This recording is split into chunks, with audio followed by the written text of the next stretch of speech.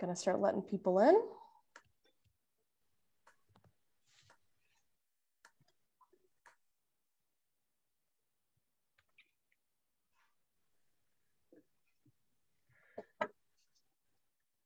Welcome, folks. If you're joining us, we're going to take a few seconds to let everybody get settled before you get started. If you have something from Willamette Valley in your glass, I would love to see you pop that in the chat. If you just want to say hi and let us know where you're tuning in from tonight, that would be awesome. We'll get started in just a moment. Big crowd tonight. It's so exciting. Thank you for tuning in wherever you're coming from.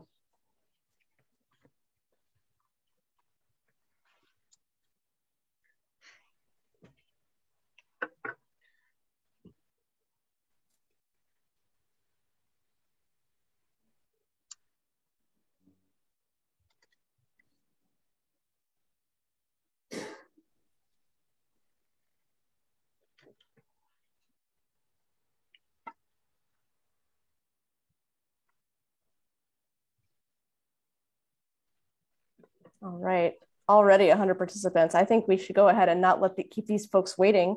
Let's go ahead and get started. Welcome, everyone, and hello and welcome to Willamette Valley Vintages, a journey through the past. We have a tremendous group lined up for you this evening to discuss the amazing collectability and age-worthiness of Willamette Valley wine. Just as a reminder, this event is part of the first ever Willamette Valley Collectors Auction, powered by Zacky's Wine Auctions. The wineries represented tonight and many more amazing producers have donated some incredible lots to the collector's auction, and you can bid on them right now and even during this event, and I will drop that link to bid in the chat.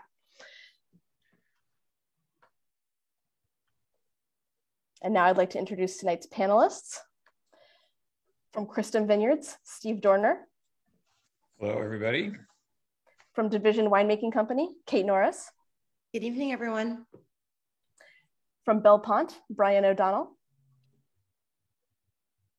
From Penerash Wine Cellars and Dusky Goose, Lynn Penerash. Cheers. And from Ribbon Ridge Winery and Ridgecrest Vineyards, Harry Peterson Nedry. Greetings, another hyphenated name. And I'll kick it off to our host for this evening, Venice editor, Josh Reynolds. Josh, they're all yours. Great, thanks very much. I'm really looking forward to this. I've actually done a few panels over the years with most of the folks here. Not everybody, but one of the things that struck me, and we did this a few years ago live, and we got an incredible wealth and depth of knowledge here and experience, which I think is really appropriate given the theme of this talk. During the past, which we sort of did a dry run the other day, and I think this is going to be a great opportunity for the panelists to talk about the lots that they have up for bidding and their own, let's say, path to where they are today, and how the Oregon, I keep saying Oregon, Willamette Valley, let's say wine industry has evolved, but also in a lot of ways how it stayed the same. Because one of the things that really strikes me about the region compared to a lot of other areas is how cohesive it is in the,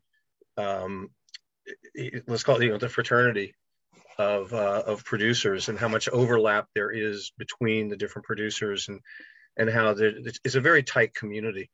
And the best way to see that is if you go there. It's pretty remarkable how much overlap there is between either working experience or working with the same vineyards.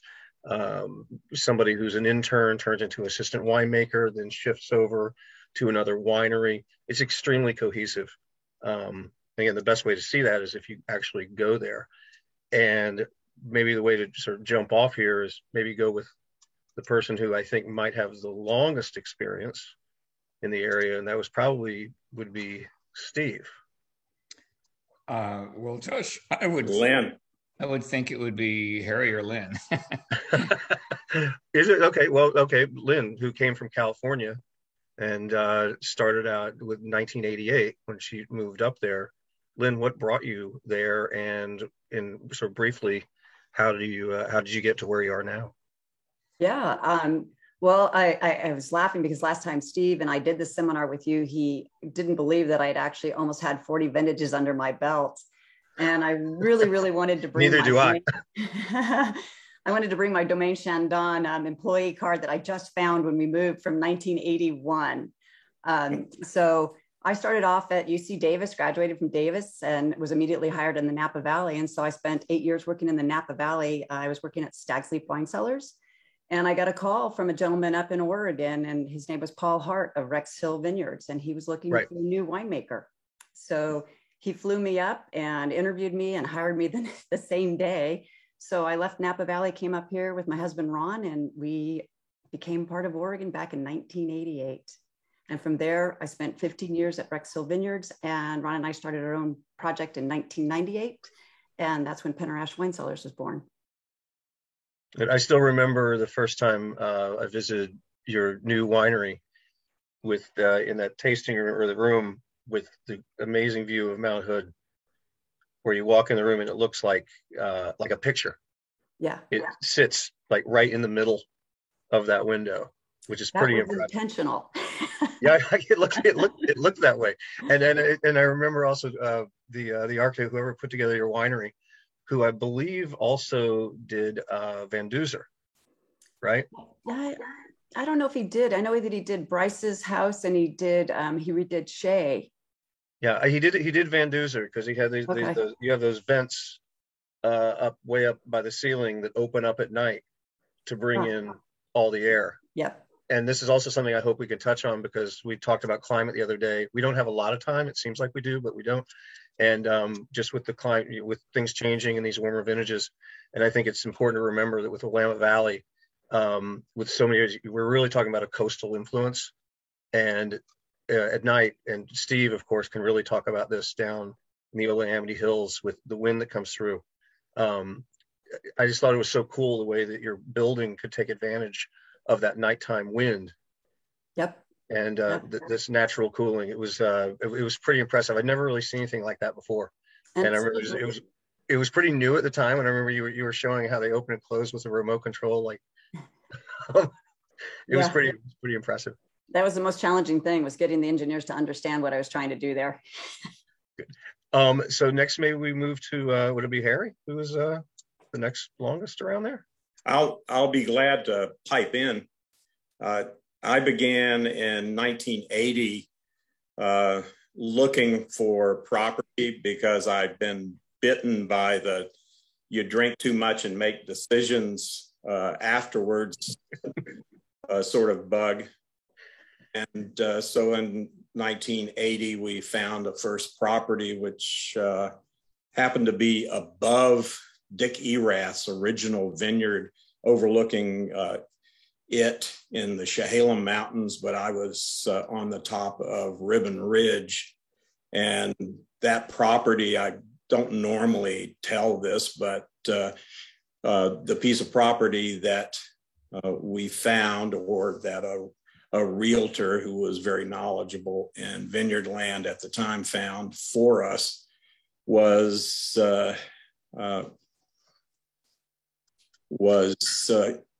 at the top of Ribbon Ridge, and this was an area that really had not been developed at all. This ended up being the first vineyard in Ribbon Ridge. I have a lot of fond memories from that point on, from 1980 till 1990, when we started our first winemaking underneath our first brand, and then went further later. That first brand I've since sold to my partner, and yet the vineyards we've kept on Ribbon Ridge, and the two brands that we have now are, one, the name of the vineyard, Ridgecrest, and the other is RR, or Ribbon Ridge Winery, which the winemaker since 2012 has been my daughter, Wynn, who I always say I will never embarrass her by letting people know that she was born in the same year that the vineyard was born. Does at least put things in perspective and gives me a little bit of leverage with her. Not much. Well, and also just to really very quickly touch on how Ribbon Ridge and the Chehalem Mountains connection. Yeah, they are connected. Ribbon Ridge is at the extreme northwest, or not northwest, the western end of the Chehalem Mountains, and it's contiguous with the Chehalem Mountains. And depending on where you draw the boundary, it can be considered inside the Chehalem Mountains, which for the purpose of the AVA submittals, when we all got together as a group and submitted the petitions for the 6 AVAs in the Willamette Valley at that time, that's what the Chehalem Mountain contingent wanted to do, so that there was more reason for the TTB, the government, to approve it. Good. And so, Steve, I can't believe you're one of the youngest on the block. Well, I may have beat Lynn and Harry just by a year or two in terms of getting into the industry, but they were ahead of me in Oregon. That's why I deferred. But I was a student at UC Davis and graduated in 1978 and didn't really know what I was going to do. I did not study viticulture or enology there. I was in the biochemistry department. So my path into the wine business was not predetermined necessarily. But anyway, I was curious enough about it, and I ended up working for Josh Jensen at Calera Wine Company for 14 years. And I was there for the first Pinot Noir vintage there. And then in 1992, I got, similar to Lynn, I got a call from Paul Gary, my future boss, about starting a new little brand up here in Oregon. And so I made that move in 1992 and I have been with Christum ever since. We just finished our 30th vintage last year. So we started 92 and sort of been growing a little bit ever since. And we're in the Yola-Amity Hills, which if we want to get into some of the differences between the AVAs and stuff later, we can do that. But that's my story in a nutshell. No, perfect. And actually, that's a good point. I'm already seeing some people are asking about the difference between soils, which is, I think, a relatively, I don't want to say simple question, but to me, the geographic differences between the AVAs are becoming, I think, pretty clearly defined there, which actually leads very nicely into Kate, who's a new kid on the block, but who has worked with a number of different AVAs and has her own take on this and experience. Kate, be good to you introduce yourself, and then you can actually start to take away the geographic differences and whatnot. That'll be, you're the perfect person. So you get to do the biography thing first, and then you can lead into the AVA differences. Perfect. Well, I make wine in Portland. I have an urban winery, which puts me in this unique position that I get to work with fruit from lots of different AVAs. I mean, we all get to, but not being having my winery nestled exactly in one spot within the valley and being in town really lets me play a lot.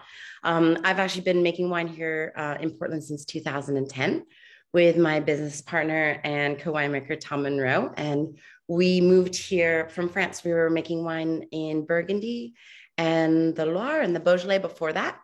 And those regions are direct influences on my winemaking style and also the varieties that I vinify here, and also on soil types too, that I get to work with. After 12 vintages in Oregon, I get to not only honor the history of the Willamette Valley and making Pinot Noir, which is of course king and the focus of today's panel, but I also with my brand, get to delve into the diversity of grape varieties that I think could grow so beautifully here, not only in the different AVAs in terms of aspect and climate, but also soils.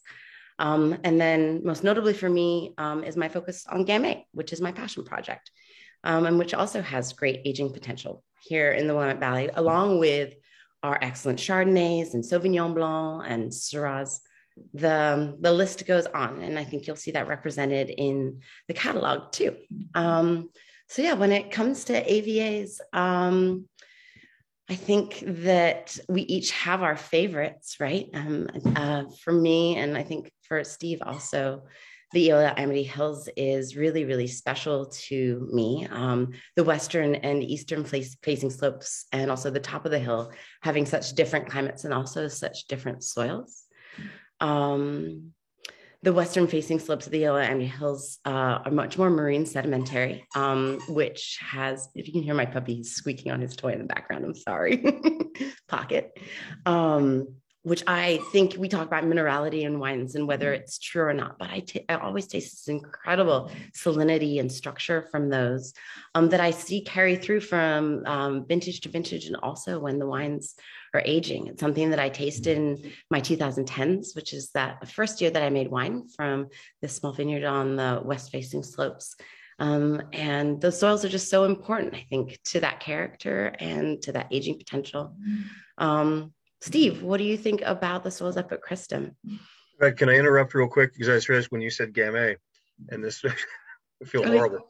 I jumped past Brian, who I've actually probably known the longest of all the group. And somebody has one of his Gamays open and is drinking it right now. Yeah, I was about to say, the minute you said Gamay, I thought, oh, crap. So Brian, he's a refugee. We have a whopping half acre of Gamay Noir, which is probably about half of 1% of all the Gamay in Willamette Valley. I think Gamay is a whopping 200 acres now versus 12,000 or so of Pinot. So we're getting there, Brian. We're getting there. Yeah, it's the biggest. Still planting too. 6% or whatever. Harry has Gamay. Harry was one of the original planters of Gamay. It's probably the oldest there at this point, but that's just because we are all old that have white hair. Well, Brian, yeah, I guess Amity as well for the south. Right. But anyway, yeah, I'm based in the Emil Carlton area. I didn't start here. I was actually born in New York, in the city. I think there are a couple of New Yorkers on the call today. So I was born in Brooklyn, raised in Queens, went to high school in Manhattan, college in the Bronx. Drove through Staten Island in 1977 on my way to California. Had a day job in the computer business in Silicon Valley. I made wine as a hobby in my garage and basement from Monterey counties, from Russian River Valley. And then in 1992, my wife Jill and I traded our little bungalow in San Jose, California for an old 70-acre farm just outside the town of Carlton, and got the Belle Pond project started. So we planted our vineyard in 94, including 3 rows of Gamay, and made our first wines in 96. So we were a few vintages behind Steve and Harry and Lynn. We just had our 26th vintage here this year. Very cool. And maybe this might get to for you all to talk about your lots, what you guys have put up, and a little bit of reason why, because I think these are the kind of things. I mean, this is an important auction. It's your chance to shine, if that's the right word. And I know that you guys all put a lot of thought into what you offered or are offering, and just do like a really quick sort of thumbnail about why, and maybe jump back to Lynn. Yeah, well, interesting. There's another lot in the auction, which is pretty exciting. And this is kind of what the impetus was behind our lot. It's the lot called the Cellar Crawl, which Steve and I participated in. And we had 6 winemakers making wine from 6 different vineyard sites. We all traded fruit. And I think Bethel Heights has that lot on the auction tonight. And so it's pretty exciting to see that lot. The wines are tasting really fabulous right now. So I was thinking about how I could represent what Penner-Ash does. We too also source fruit from many, many different vineyards and very different AVAs. And so we were thinking it would be kind of fun to do a study of not only vintage, but AVA, and of course, then the different vineyards within those different AVAs. And so we have our estate Pinot from 16 and 17, very different vintages, a very warm vintage versus a cooler, slower to start vintage with some drama, the 17. And we have the Elevate, which comes from the Dundee Hills AVA, and we have Palmer Creek, which comes from the Eola Amity Hills. And so we are trying to give people something they could sit down collectively and taste, or they could taste side by side just the estate in the 16-17 vintage, or they could go through and taste just all 3 16s from the different AVAs. Cool. And sorry, there's a really quick, I'm going to jump back a little bit. Somebody was asking to say, is Brickhouse maybe making the most Gamay these days? I can't believe the Gamay has taken over this conversation. No. I'm sorry. No, it's a good question. It's a good question, but it's because Doug has been doing it for a long time. I think the 3 largest vineyards that I know of, Brickhouse, the Jubilee Vineyard, and Methven Family Vineyard. So the 3 largest plantings that I'm aware of. Yep. But doesn't mean more isn't being planted elsewhere.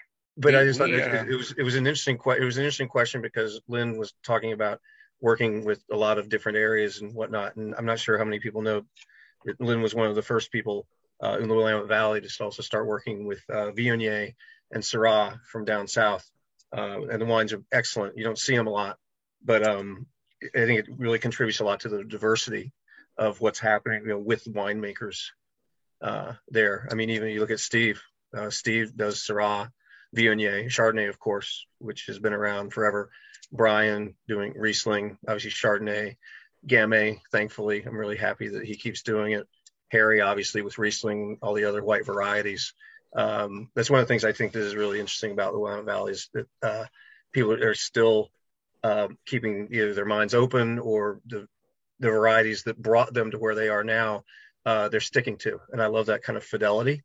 And I think it brings a lot of variety to the region. So anyway, sorry to distract from Pinot Noir, but one more distraction. I just don't want to be left behind, but we just bottled our first Gamay from our estate vineyard too. So we have a whopping half acre of Gamay right now. So all right, and you still have Pinot Gris. Yes, we still have some Pinot Gris. I don't think you should forget that somebody just mentioned they're drinking a Rex Hill Cabernet Sauvignon that I made. Thank you very much. Oh wow, really? So that was it. You brought a little bit of Davis with you when you moved north. Actually, when I came up there was a site in the Dundee Hills, John Bauer's vineyard site, which is now Winderley, had a couple rows of Cabernet, as did Ted Castile at Bethel Heights had a couple rows of Cabernet. And so, of course, I grabbed those because what did I know when I first came up here? Cabernet. That's very cool. Why don't we, let's go let's say, I want to save Harry's kind of mind-boggling lot for last because I've never seen anything like that. Steve, what do you have up? Well, we have 5 different magnums they're all estate Pinot Noir from 5 different vintages in order. It's vertical vintage wise, but they're all from different vineyards. So it's a little bit like Lynn. You can kind of taste them different ways, but they're each vintage is slightly different from the other, as well as they're each from one of our estate vineyards. So it represents a great view of our whole estate, as well as a big chunk of the 2010 decade, if you will. So they're from 14 to 18, and of course those vintages all have differences. However, I think of any 5 vintages consecutively, they're not as extreme as I was thinking that decade was going to be, because in the early part of the decade we had just within the first 5 years, the coolest, the warmest, the earliest, the latest, the driest. So I thought the whole decade was going to be just all the extremes, but those 5 vintages are actually pretty strong vintages, and there are certainly differences, but I think that they're all age worthy and showing nicely. But I think that this is maybe a little off topic perhaps, but I think a lot of the people viewing this might be collectors, and so we're talking about ageability of Pinot Noir, and how long can Pinot Noir last, and all that kind of thing. And I've sort of come around to liking sort of a midterm aging over long-term aging, but it really depends on what you're looking for, because I do think there's some sort of sacrifice over a long time with the fruit, right? So you gain some bottle bouquet, but you also lose a little bit of fruit. So having wines in a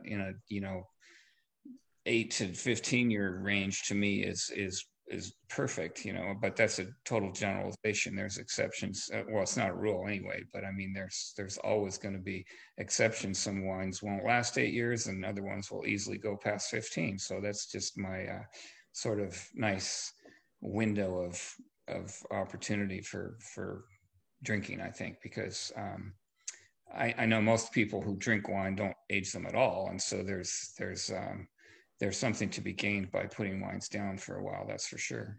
I think you and I, Steve, I think we had this conversation a number of years ago, and it's I definitely can't take credit for it, but Kermit Lynch in his book Adventures on the Wine Route, which I think is still one of the great wine books out there, he talked about Cornas in particular, and he said about the aging and when do you like it, and he said, let's look at Cassius Clay / Muhammad Ali, and he said, if you got a chance, or if you do get a chance to see Cassius Clay fighting the Olympics, as a young fighter, it's beautiful to behold. On the other hand, when you watch him as an older fighter, smarter, wiser, experienced, it's a very different experience. It's the same guy, but do you want to miss one in deference to the other? You really like to see them both. But I agree with you. I think most people fall somewhere in the middle, right? I mean, and we definitely are I think we have some time to talk about this, about what these wines turn into.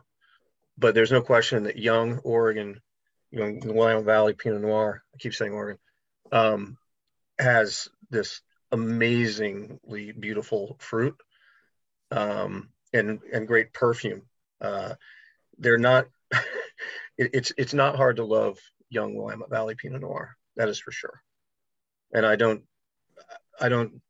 begrudge anybody opening their, your wines right after they're released, but I have enough experience to know that they can turn into something else. True. Anyway, so Brian, what are you peddling this year?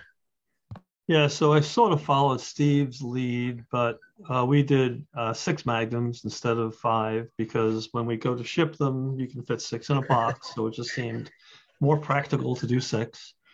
And I was trying to, and we only do magnums from our Bellefonte Estate Vineyard, our Estate Reserve, which is the top cuvee from our estate vineyard. And I was trying to get a representative sampling of vintages, warm years, cool years. And I was also a little constrained on which ones I had enough magnums of to sacrifice one for the cause here. So we ended up with a vertical, but it's a Kangaroo Straight vertical. And everyone knows Abbott and Costello, of course, the Kangaroo Straight. It's like 2, 4, 6, 8, 10, 12. Brian, that's only for people of our generation or your generation. Well, yeah. But anyway, so it's a magnum of our Estate Reserve from vintage 2004 through vintage 2014. So we have a couple of warm years, a couple of cool years, a couple of Goldilocks years. So I think a pretty interesting assortment of vintages, and again, all from the exact same vineyard, same part of the vineyard. So when did you start bottling your own vineyard? I mean, obviously when was it? What was the first vintage for that? Yes, the first vintage was 97. So the 2004 vintage, the oldest vines were just 10 years old. Okay. And how much of your production now is from your own vines? And pretty close to a little over 2/3 now is from the Bellefonte Estate Vineyard. And do you foresee in the future that just being it? Well, that's certainly been the focus, but never, never say never.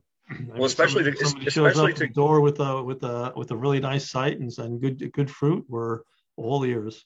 I was about to say, as long as you're offered good fruit, it's pretty tough to say no. Yeah. Which maybe will take us over to Kate, who obviously has been increasingly offered good fruit, which is a great sign of respect, by the way. You work with some great vineyards.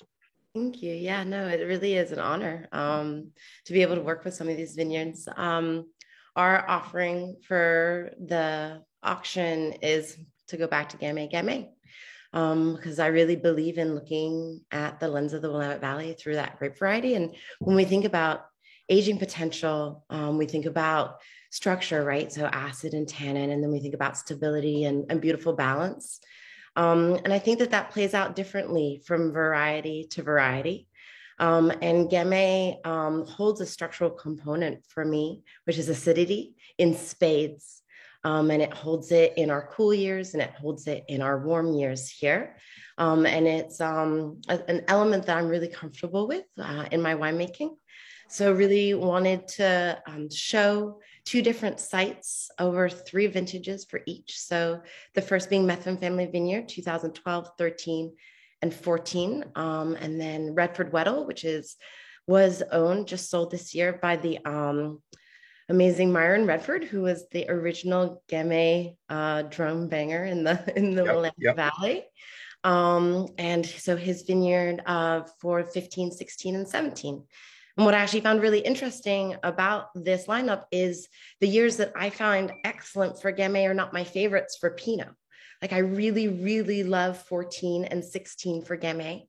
Something about the heat that we had that year and the growing patterns really promoted that acid basis, but also that great fruit and spice, which is what I think provides structure in Gamay versus tannin, because it has such little tannin, right? And that's completely opposite from what we would need for Pinot in a way. So trying to sort of play to the diversity that we have in the Willamette Valley, and that we can make something delicious and ageable every year if we want to. So that was why we decided to do Gamay for it. And also because I love it, That's all I want to talk about. Good. As do I. Now because Harry, who's the lot that Harry and Wynn have offered up is pretty phenomenal, I have to say. And it's a lot of thought and very unique. Harry, what's happening there? The lot that we have very simply is a vertical. And it's just that it's available and a lot of times I don't think we have 18 years worth of wine very often. So it might be unique that way. Yes. It is representative of one of the brands that we've got that I started back in 2002, RR. And the reason for beginning this brand was to give people a chance to taste older wines eventually, and eventually is here now. And I guess I realize how that happens, right?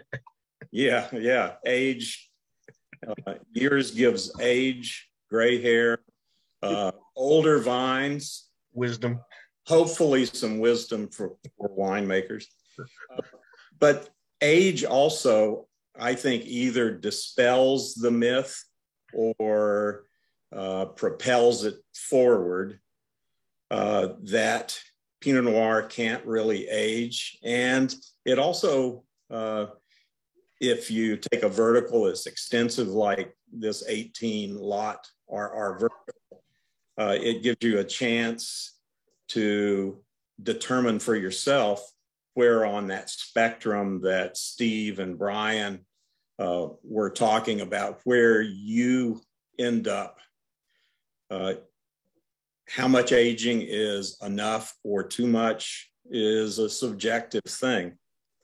The other thing that is good about a vertical and good about older wines is that it gives you a chance to really investigate the vintages that we've had and to see what the differences vintage to vintage might be. Of course, if you do that, you have to take out some of the variables. We're wanting to look at vintage, but you can't go from one vineyard to another vineyard without having more uncertainty built in. So the thing that we wanted to do when I began this project, this experiment, I always wanted to have older wines available from each vintage. So I only released half of what came off of that specific brand. And it all had to come from the same vineyard and be made in general with the same winemaking protocols. And we've done that so far, and Wynn's winemaking abilities continue to fine-tune things, but are not greatly different than what I began with years ago. She also joined us about 7 years after we began this. So, 11 or 12 vintages or more, because we're now 20 years into this project, are hers. So if you've got the same grapes made by the same people in the same way, then you get a pretty good idea of what vintage looks like. And then if you peel away some of the onion to see what the variables are that are critical in those years, we like to look at concentration based on yield. Is it a very concentrated year because there was very little fruit, et cetera? Or was it a very big vintage? And the other thing that, of course, influences is climate, weather, the season itself, how much heat accumulation, and other things that fall into that grocery bag. And so looking at those two, it's great to be able to parse out what's influenced those wines. Well, this is also, I think this is pretty interesting, just thinking about these lots. And in the case of Brian, everything coming off the Belpont Vineyard, yours, obviously Ridgecrest. If you look at Steve, the different, well, obviously it's from Christum, and I wish we had time, it's hours to talk about how the whole Christum Vineyard and the different elevations in particular, which are really fascinating. Lynn, of course, and maybe this is a good chance to sort of shift back to what some people were asking about from early on, about the different areas. I mean, with maybe we can start up north, I guess, with Lynn and Brian talking about like what makes things really different up there or unique up in Yamhill Carlton, so up in the north, and then maybe move our way down south to Eola. So Lynn, what's your take on that?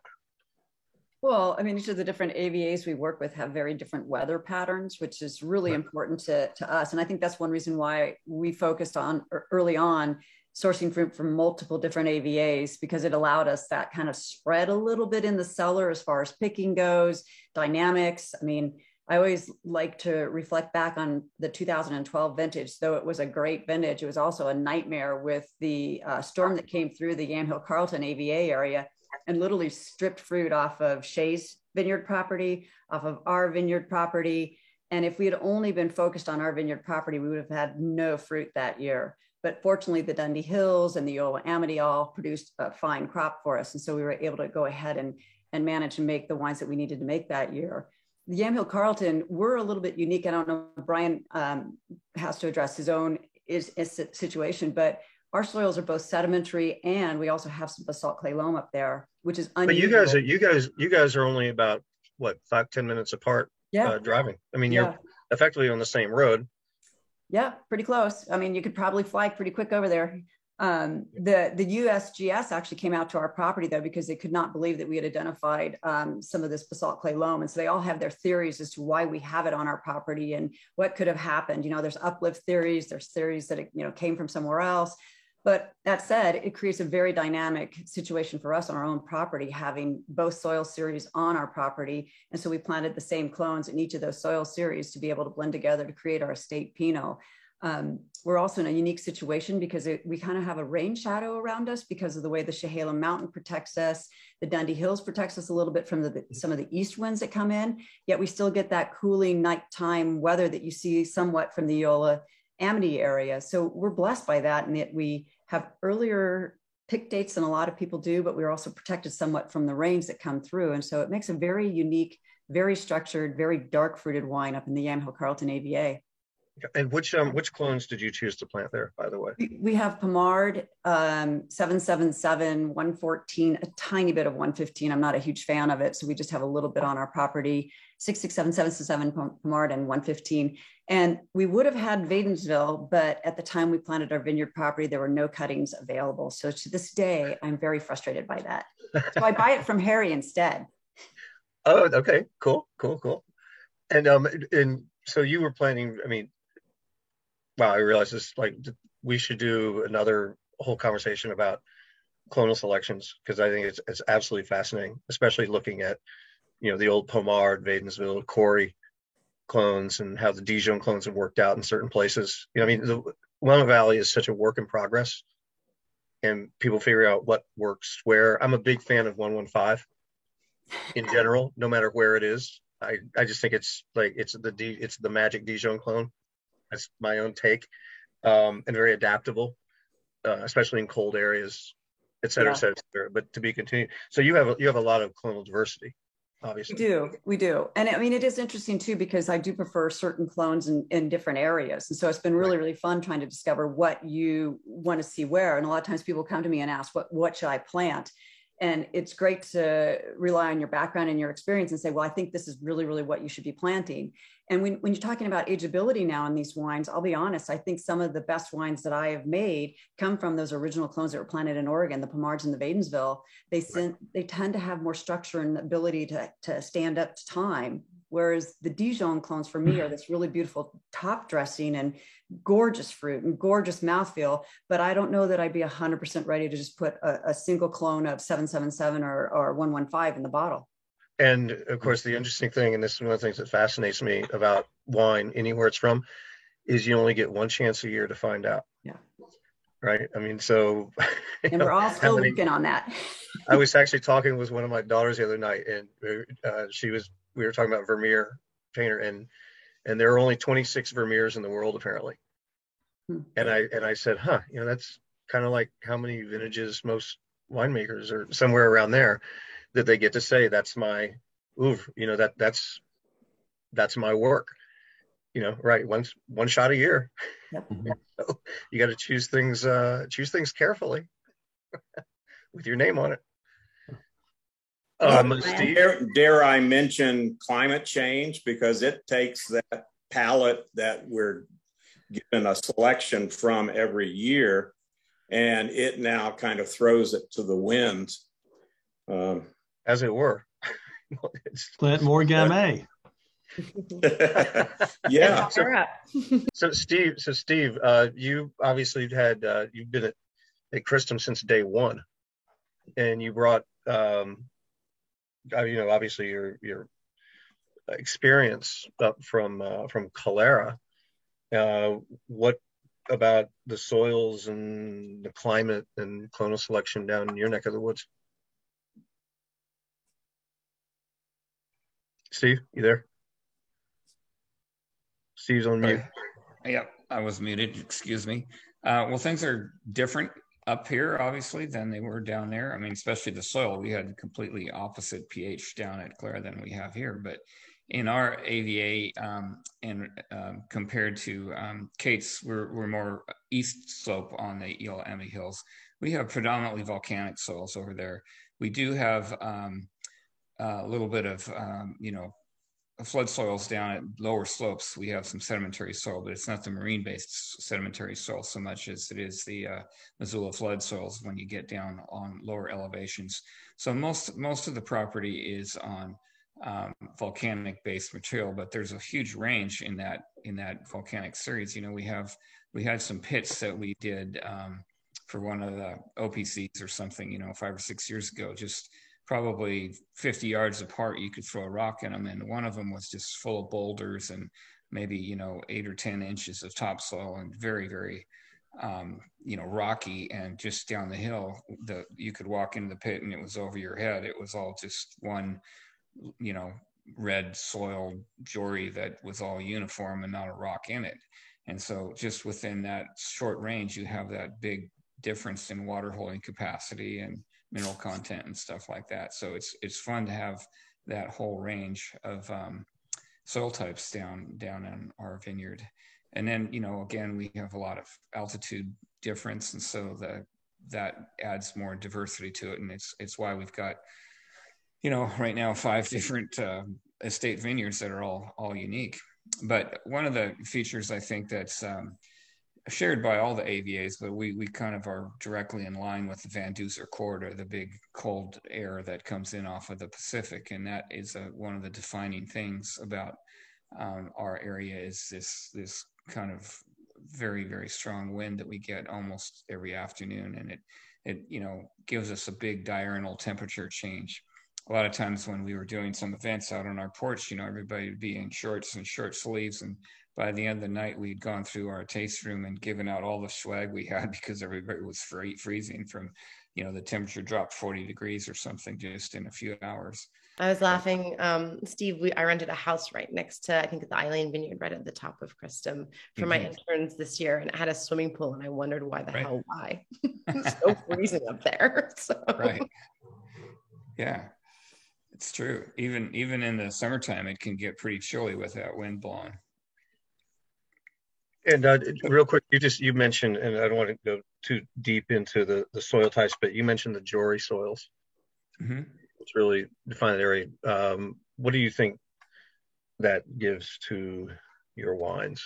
Well, I mean, we have some Jory, but we have probably more of the shallower soils. We have more Nakai and Rittner than we do Jory, and we also have Witzel, which is very shallow. So I think in terms of AVAs, there's probably, you know, more Jory defined wines coming out of Dundee Hills than right.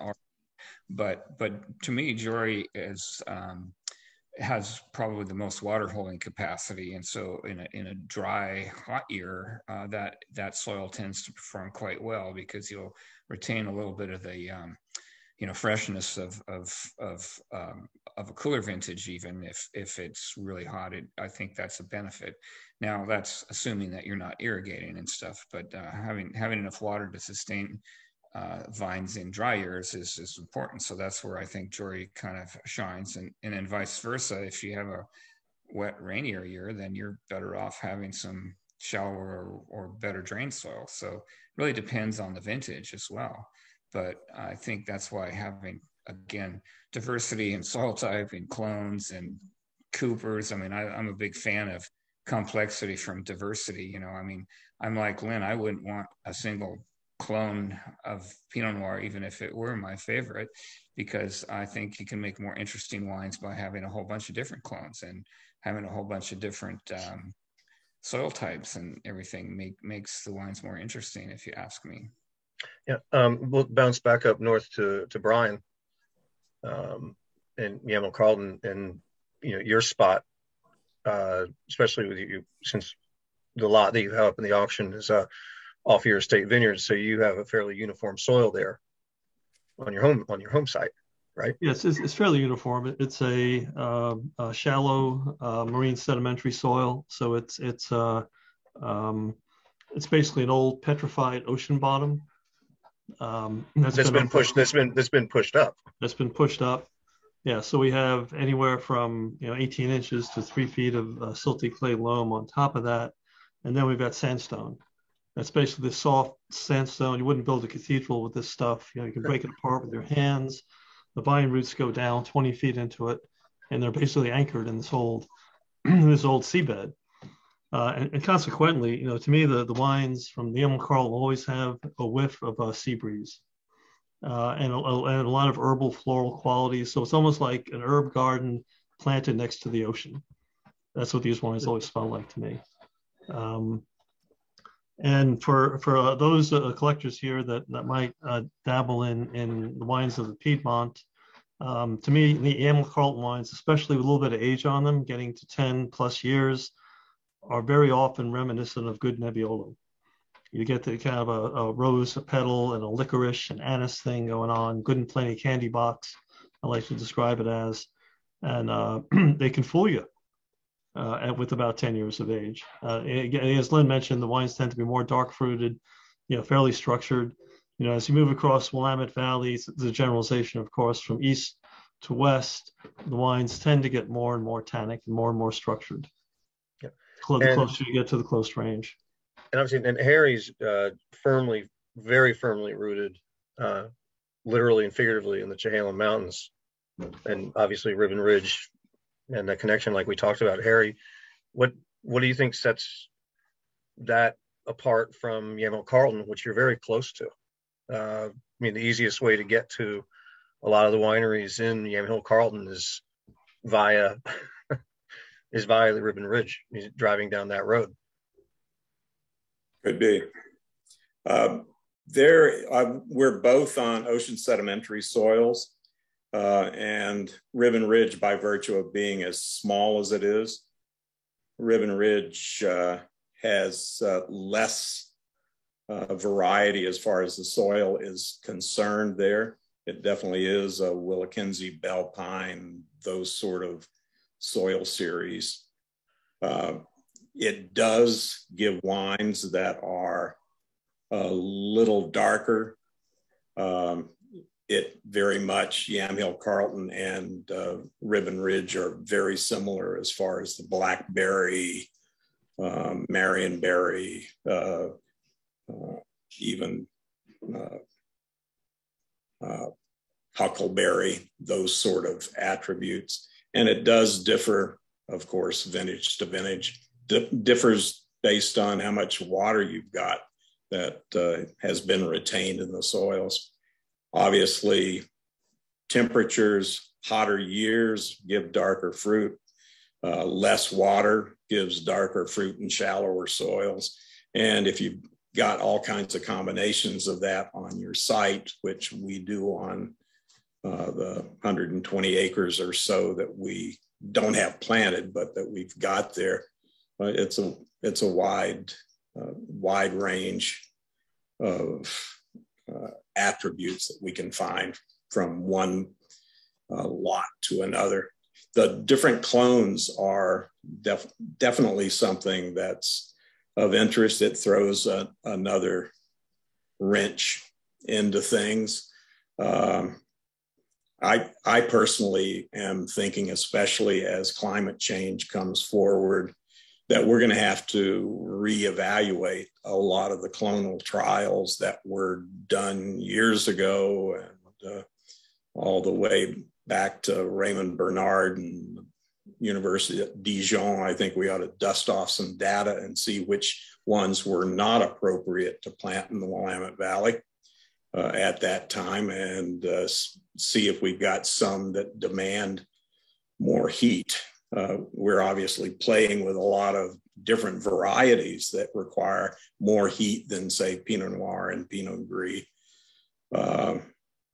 Chardonnay definitely demands some more heat within its range, but especially as you go to Chenin Blanc and you go to Gruner Veltliner, you go to Albarino, Arnase, get a whole bunch of those together, and you've got an interesting set of adaptations going forward. And Gamay Noir, of course. That's actually a perfect segue, because Gamay Noir goes in there too.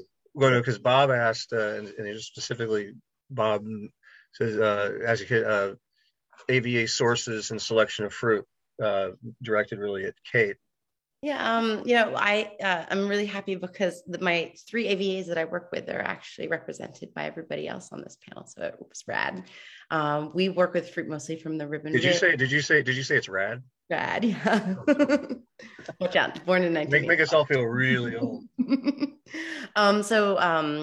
Ribbon Ridge, and we have Chardonnay, Pinot, and Gamay planted there. The Yamhill Carlton AVA, Chardonnay, Pinot, and Gamay planted there. And then the Neola Amity Hills, Chardonnay, Pinot, and Gamay planted there. So I think for me, it's really about discovering those AVAs and those different soil series through the lens of that variety, as I mentioned earlier, and getting to sort of find the voice of that fruit and of that vineyard and of that of the AVA and getting to play a little bit. We make multiple AVA bottlings each vintage, and then we also do single vineyards too. The great question. I like to look at it through all of the varieties that I work with. So, and somebody else asked, since everybody was supposed to choose something to drink while we're or taste, sorry, while we're doing this, what did people choose to open up for this? Steve, do you have a glass in front of you? And you're muted. Steve? Probably muted on purpose because unfortunately I did not get a bottle to open. Oh, you didn't? That's why I was muted. What did you drink last? How about that, Steve? Why don't we pretty much shot of tequila? Yeah, exactly. I've been drinking a lot of tequila actually. No, I just got back from Mexico and we tried quite a bit of, I wouldn't say an abundance of Mexican wine, but we had our share. But most of the wines down there that were on the better side were from, Chile or Argentina. I think no knock on Mexican wine, but it's got a ways to go, I think. Anyway, I didn't answer your question very well. But no, you did. Okay. Perfect. Brian? So after waxing poetic about Yamhill Carlton, I actually grabbed the Dundee Hills wine. This is our Murto Vineyard Pinot from 2014, just because it was open in the winery, and there was just about that much left. I thought that was about the right amount for this seminar. But just hitting on the ageability theme, Steve, I don't know if I noticed somebody had a bottle of 2015 Thomas Pinot that had opened tonight.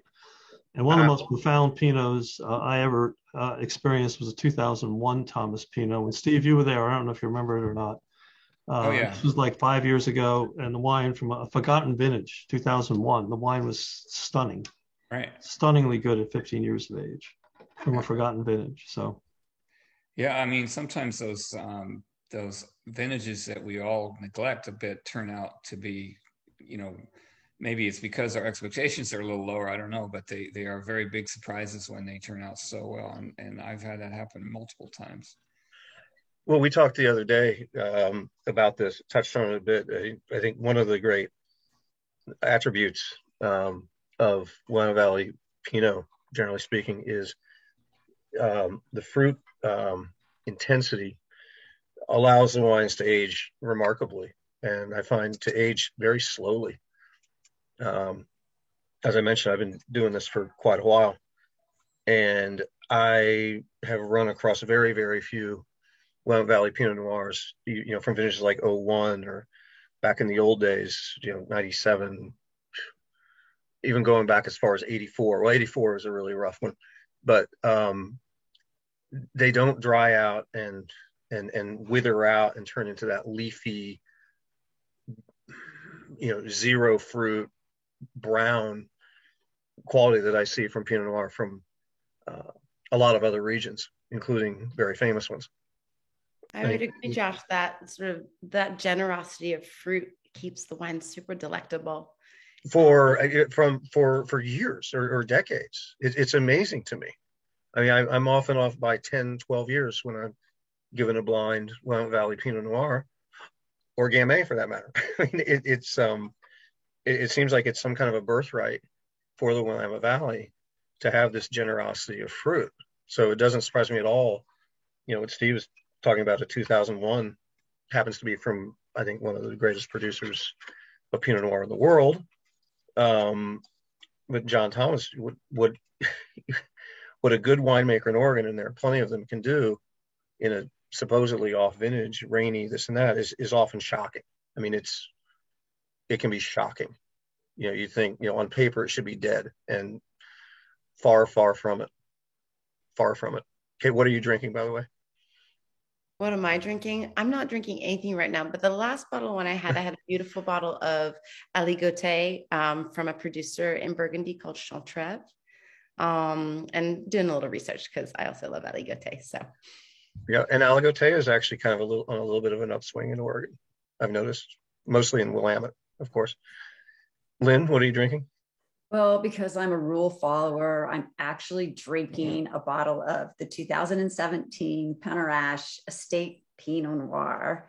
So I was curious about it because since we were offering it on the auction list, and 17 being one of those challenging vintage where I got a little bit of a wet, kind of cool start to the growing season and had large crops, and we all worked very hard to thin and really balance our crop. I think the 17s are showing beautifully, and there's such great balance in these wines. And it's one of those vintages that didn't get great love in the early years, but it's doing well right now. Lynn, I have a bottle of 2007 Willamette Valley that you made down in the basement. So maybe I'll go crack that off after. There you go. Yet another vintage that wasn't really well received, but that every time I open a bottle makes me fall in love with Oregon all over again. Yep. Those wines are beautiful. Harry? Well, I was going to say here to that comment from Kate. I think some of the vintages that we're human on and we think are great, as we get through with harvest and as the media starts giving kudos to them, I think many times those are vintages that can be very, very good, but I think we overlook those vintages that don't get the hoopla. Right. And what a lot of people call winemaker vintages are those vintages where it isn't how easy harvest was and we got sunshine and we were sitting back drinking beer in a lawn chair. Those are not the great vintages, except, maybe they're easy vintages. Easy doesn't mean good. Vintages are the vintages like 93, which was sandwiched in between 92 and 94. See, even at my age, I know the sequence there. 92 was a very warm year, a hot year. It reminded everybody of great fruit that they could have grown in California. And it was an easy vintage, and it was not over the top as far as yield, or it wasn't an intense year because of lack of yield. And 94 was a lack of yield sort of year. It was concentrated and a very nice year. Those wines are holding up well, but the 93 was the coolest vintage and the latest harvest that we had seen to date at that point in 1993. And some of the best examples of winemaking from some of the best winemakers in the Valley, like Lynn, like I think Mike Etzel, and probably Steve, even though he's got a lot of competition from other vintages where he's made dynamite agers, have been the 93s. If I could get 93s from the winemakers that I really appreciate, I would love it. So don't overlook the vintages that somehow the Wine Spectator didn't trumpet about. Or Venice. Well, no, I try not to stick to vintage. No, I love 93 as well, and the fact that it was sandwiched between 92 and 94, which obviously had a lot of sex appeal. Yeah, and I hate to use the cheesy, ugly duckling analogy, but 93 is, oh wait, it never was ugly, but it was always, a little subdued. But that's, I think, as everybody here who's a Pinot producer would agree, that's hardly a knock on a Pinot Noir, is to say that it's restrained and that it's graceful. I think that's the point. I think that's one of the things that draws people to Pinot Noir as opposed to other varieties, is that that elegance, that restraint, focus, tension, and those qualities. And they do fool you. There's no question. They absolutely fool you. You taste, you say, what's light. What's the old thing? You taste first with your eyes. And you see a color. I mean, if you look at the wines that Kelly Fox makes, they look like they have the color of a Tavel. Let's say like a slightly dark rosé, and they age unbelievably well. The old Irie wines, had that color, and then you come back to them 20 years later, and all those things that I think a lot of people believe about ageability of wine in general just don't apply to Pinot Noir. Steve's wines, going all the way back to the Calera days, never impress you with like dark, deep color, but look how they age. It's pretty amazing to me. Kate, we didn't talk about what wine you're drinking. I already talked about what wine. Sorry about that. I'm looking at all the photos across the top, and I'm trying to see who has what. I have to pack. I have a flight tomorrow morning early, so I have to pack. So I can't drink too much wine right now, because otherwise the packing is going to be a mess. So, but I'm looking at the chat. People are asking about 2019. We did our article on the Pinots recently. I think it's a pretty wonderful vintage. Personally, how our producers here feel.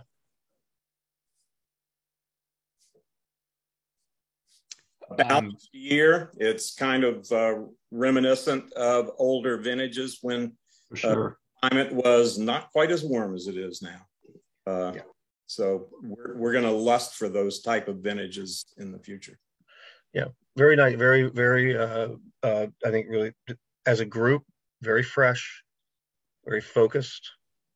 And there's definitely there's depth. There's no doubt. I mean, it wasn't like it was a cold year. I think it has the power and grace, and that's what I was gonna say.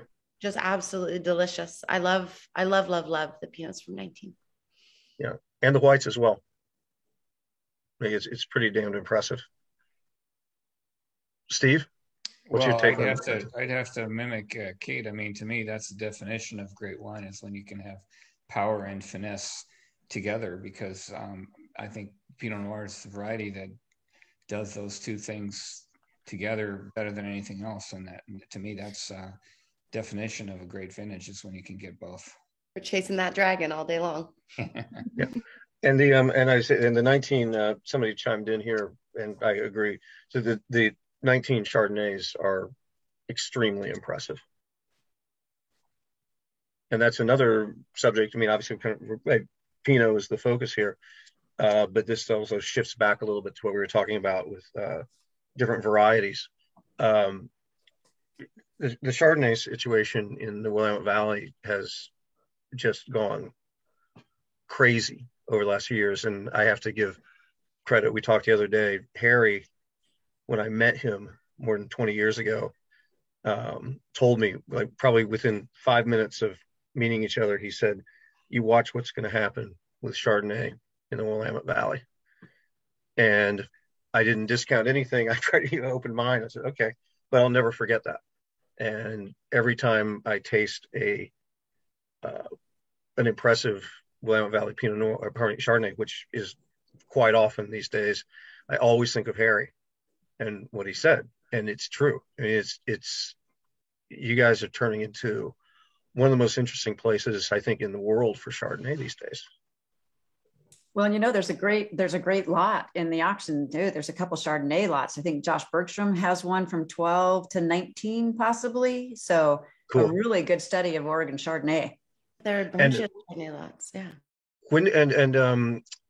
So I'm just wondering, Lynn, you made Chardonnay from way back.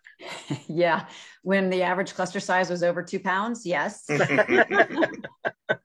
in the earlier years of 108 Chardonnay, it was huge. And it's very exciting to see some of the newer clones of Chardonnay coming into Oregon. But I also understand now, I think we're getting Chardonnay planted in the right place. I mean, in the early years, I think Chardonnay was planted where everybody had like a little spot left over. They put Gamay and Chardonnay. And so now we're really seeing people focus on where those varieties, those clones need to be. And there is the resurgence in Chardonnay, and the plantings of Chardonnay that are very exciting in Oregon. Yeah, I mean, I think, to me, some of the things that I see coming, I don't want to give favorites, but particularly out of the Willamette Hills, some of the Chardonnays I'm seeing from down there, just from that like Van Duzer corridor, let's say, into the hill, is just unbelievable. I mean, if you look at what's happening at Walter Scott, I mean, they're tiny, but Emily Robert, I think what they're doing is amazing. If you look at what Mark Vlasic has been doing for years, actually down there, I think he was a very early proponent of that particular area and what it could do with Chardonnay. But then going all the way up, I mean, you look in Dundee, I mean, I get the chance every so often to taste some really old DDO Chardonnays, and they're stunning. I mean, they're absolutely amazing. I mean, and I'm kind of following Harry's lead here. I think the future is incredibly bright for Chardonnay. Josh, we're also getting to see sorry, you go. You go, Harry. I was just going to expand the Chardonnay to white wines in general. White wines are ignored many times because we've done such a great job with Pinot Noir. And that's a good point. Yeah. And I would say look to people who somehow didn't pull vines out to plant more Pinot Noir, but have some age on other white wines. I mean, whether it's Viognier, whether it's Pinot Gris even. I mean, we retained, while we were planting new Chardonnay vines in place of Pinot Gris recently, we retained some acres of Pinot Gris so that they are pretty old now, 25, 30 years, more than that. And it's amazing to see what age does for not only Pinot Noir, but also for white wines. Yeah. How about Riesling from Highland Vineyards, 1972 planting? It's amazing how well that wine ages. Mm-hmm. Yeah. And so again, seeing as I mean, the wines from the Rieslings from Trisatum are absolutely unbelievable. And they have a vineyard in Ribbon Ridge, right, Harry? Yep. Yeah, there are several Ribbon Ridge plantings of Riesling. It's a good site for Riesling. Yeah. And well, Sauvignon Blanc is, I'm impressed, but there's very little of it still, right? Super little, but I've been really impressed by it, so much as to have and to ask growers to plant more for me. So it'll be a little while, but I'm really loving what I'm tasting. Yeah, because I've always thought of, I mean, Jay Summers, obviously, and the Croft Vineyard has always proven to me, I say proven, but they show me that there's obviously a ton of potential there. 30 years ago, Bethel Heights made a killer Chenin Blanc, but they couldn't sell it for more than $6 a bottle, so they kind of gave up.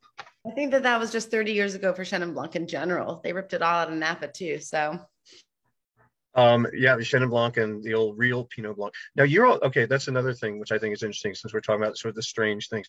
The Pinot Blanc that you guys have up there, I believe, is actually real Pinot Blanc. It's not Melon. It is. Yeah. Yeah. Because most of it is throughout California. I think the only place that I knew of that had real Pinot Blanc was Congress Springs, right? And pretty much everybody else's is Malone. I think that's right. Yeah, and you guys have the real thing, and a lot of we times have Malone too. Yeah, that's right. It's just that it's correctly identified and on the label. And Kate makes one. Yeah, Chenin. And Malone, right? I don't make Milan, just Shannon. You don't make Milan? No. Okay. Milan producers, for the most part, I think Anne Hubach at Helioterra makes one, and Irie makes one. Irie makes one, and John Groschel Cellars makes one also. I don't have an exhaustive list. That's just the top of my head right now. Well, you probably named about 90% of them right there. There's not much. Oh, DuPont. They've got the old Stewart Vineyard in Dundee Hills. That's one of the original plantings of Malone. Well, Ken used to make. Who? Ken Wright. Vines. No, sorry. Ken Wright made one? Yeah, for years. Okay. Hey, I actually made one too at Rex Hill. You did? Amazing. Really? And this is incredible. I want the list of what you made at Rex Hill. Everything. That'd be an interesting, actually, no, that would be a really interesting dinner. That'd be an interesting auction lot. I think. Start with Malone with oysters and wind up with Cabernet with lamb. That'd be kind of cool. So we're starting to wind down a little bit here, time-wise. Looks like we got about 12 or 13 minutes left. Somebody's asking, can you read the full lot descriptions with a PDF catalog?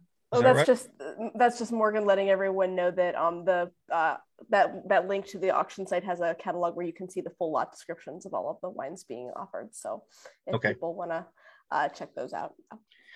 So why don't we roll back, if we can, sort of roll back with questions that people had. I mean, we were jumping in and hitting some of them, but maybe if we spend sort of the winding down time trying to address some of the questions that people had here. Can you do that, or can I do that?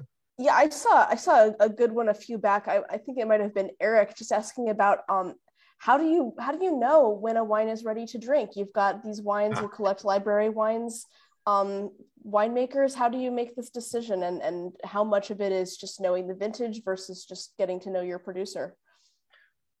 I mean, I would just say from my standpoint, personally, and then let the other people jump in. I say it's when you like it. Right. I mean, that's one thing. I hate the idea of drinking windows. I think they're ridiculous because it's such a personal thing.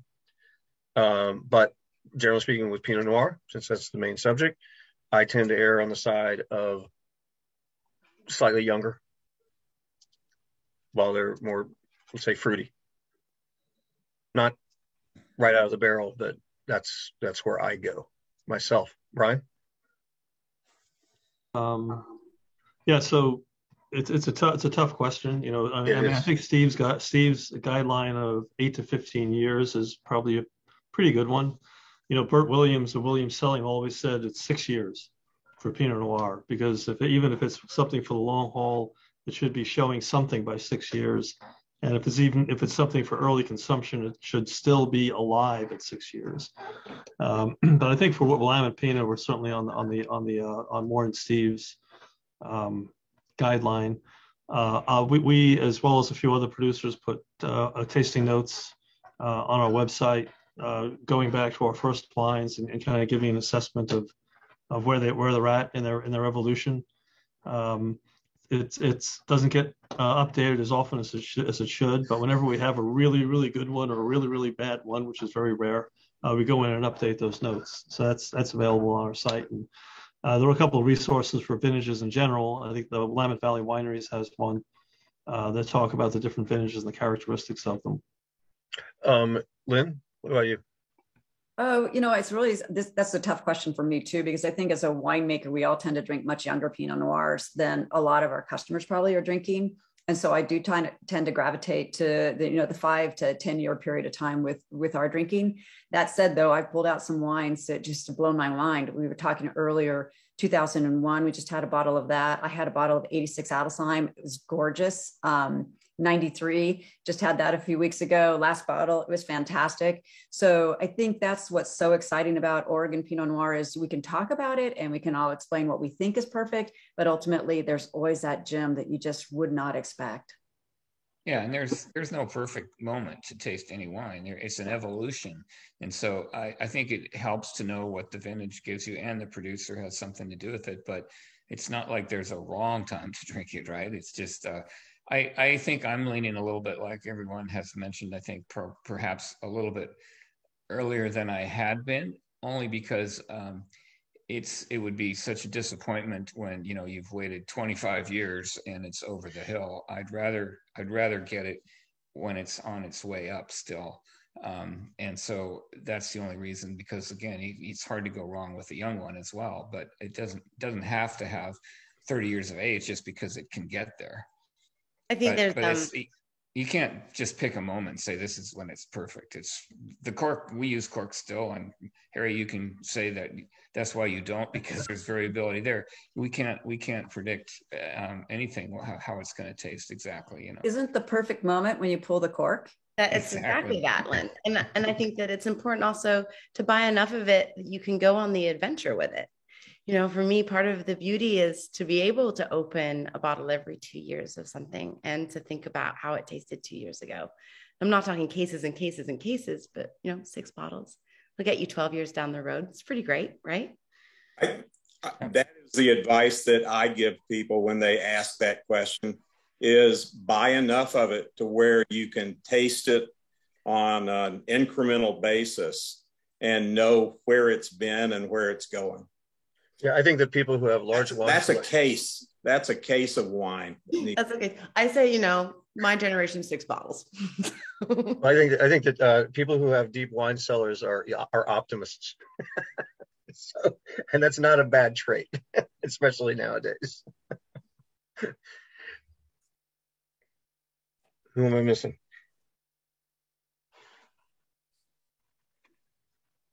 Oh, we've talked about climate change a little bit. I did see one more question about. A couple of those, yeah. Yeah. A lot of curiosity about climate change and what we're seeing for the future and how that's affecting your winemaking. Well, I think it's instructive that a few people are tasting 20. Josh, you want to go ahead or? No, I was going to say really quick. This actually spins back to the Dijon clone thing, which is really fascinating, I think, and again, worthy of a whole discussion about why the Dijon clones were planted, why were brought over in the first place, was because they are from the University of Dijon, and they are Burgundy clones, and the idea was what clones work best in a cold climate. I mean, that's why they were introduced. Fast forward 30 years later, and guess what? those warm climate clones in a lot of cases are showing too much ripeness. And I can just say down in California, your neighbors to the south, in places even like the Santa Rita Hills, they're getting rid of, they're tearing out their Dijon clones because even there, they're getting too much ripeness off of them. With the exception, as I understand it, of my beloved 115.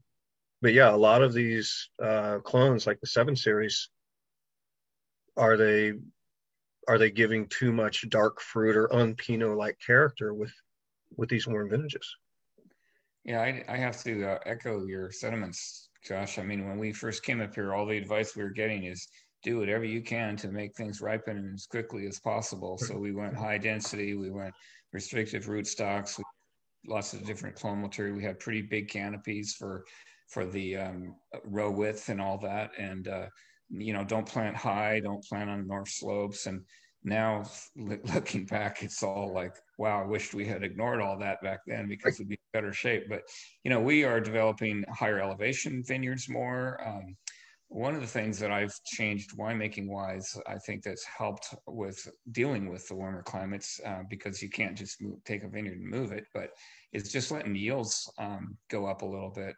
Yep. I had been a stickler for low yields. You know, it's got to be low to make concentrated wines and ageable wines. And so I was just using an arbitrary, you know, the 2 tons per acre formula for the 2000 up through the 2000 zeros. And I think that was, I could have done better. And so the decade of the 10s, when it was hot, not every vintage was hot that decade, but certainly we let the yields creep up. And I think that made better wines. It wasn't because we were trying to make more or be greedy, but wines are more balanced. We got a little hang time, and they're not ripening so fast. I'm a believer in hang time. That I think that was one of the changes that we've made. But you know, you do as much as you can to deal with the climate change, but it's real. Steve, I'm 100% with you. Leaving our crop loads a little bit higher. You know, we still have room to grow here in the Willamette Valley. I think that's something that's absolutely beautiful about this space is we can move up, we can move out a little bit. We've actually started working with some vineyards out towards the coastal range a little bit more, that are a little bit cooler and a little bit higher elevation too. And then actually for picking, we've started to do multiple passes. So we'll pick a little early for some acid, and we'll let some hang a little bit later for some structure and some complexity too. And to be honest, it is warmer, but it's not like, it's not dire straits. I think that we still have beautiful, beautiful climate here. We still have a good amount of water. We still have really great seasons. We still have a great future ahead of us. Yeah, I think for me, 2015 was the year that really proved that, because we had, it was hot. 2015 was really, really hot. And we had nice cool nights, which was good. But I think at that point, Steve mentioned you can't move a vineyard, but you can change the way you farm it. Higher yields is one thing. Also backing off on hedging, backing off on leaf pulling in the fruit zone, leaving a little more shade, letting things flop over the top so it puts shade on the opposite row, and kind of put the brakes on a little bit for the growing season instead of just having your foot on the pedal all the time in the vineyard has made a huge difference. And I think the 2015 wines, I think a couple of people are drinking them tonight. They're beautiful wines. They're perfectly balanced, amazing Pinot Noirs, and it really shows that I think we still have some headroom for Pinot in Willamette Valley. Somebody asked the question, will we be growing Pinot Noir in the Willamette Valley 20 years from now or 30 years from now as climate change progresses? And the answer is yes, hell yes, because nobody knows Pinot Noir better in this area than we do. And we've learned a lot as the specific details have just come out of how to grow grapes and how to make wine. We know how to do that here in this area, and all we need to do is just adapt those procedures, whether it's crop load or whether it's extraction and how we do it in the winery. And once again, it always comes back to we have to make balanced wines. And if heat is driving us in one direction, then we find a way to get around that. And we've got all the adaptations that we need.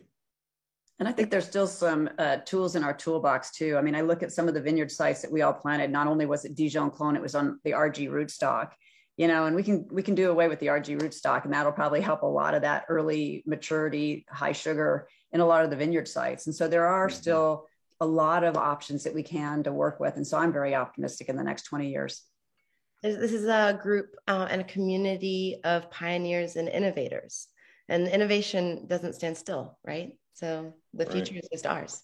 Yep. Somebody just asked me what I was drinking, and I just said I couldn't play favorites.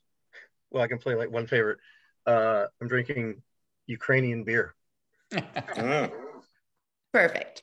So my friend Sasha, who's from there, and her family is still there, unfortunately. And actually, these are pretty good. Not easy to find, but we have a pretty big Ukrainian community out here.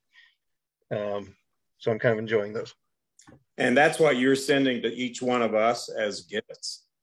I'm more than happy to, and I hope I'll be out there soon, and I'll haul along a case of Magnat and Oberlo. We actually want you to send us each a case for harvest too, just so you know. So. Well, you know what they say, you guys know better than anybody.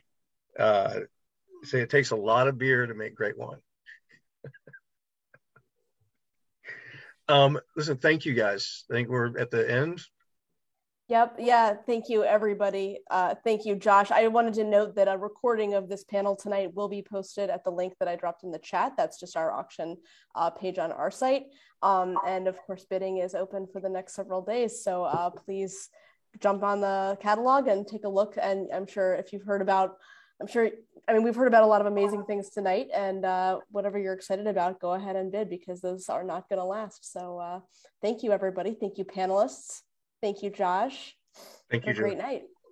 thank you, everybody. This is hopefully I'll be seeing you guys in person soon. Until then, Kate, safe travels. Steve, welcome back to wine, and hope you brought a lot of tequila home with you. In my system, yes. Good, Lynn. Thank you so much. It was a lot of fun. Harry, always a pleasure. Brian, we didn't even get to talk about soulful wine. We didn't. Next time. Next panel with Josh Reynolds, soulful wine. Thanks everybody. Thank you, everybody. Have a great day. Bye-bye. Yep. Good night.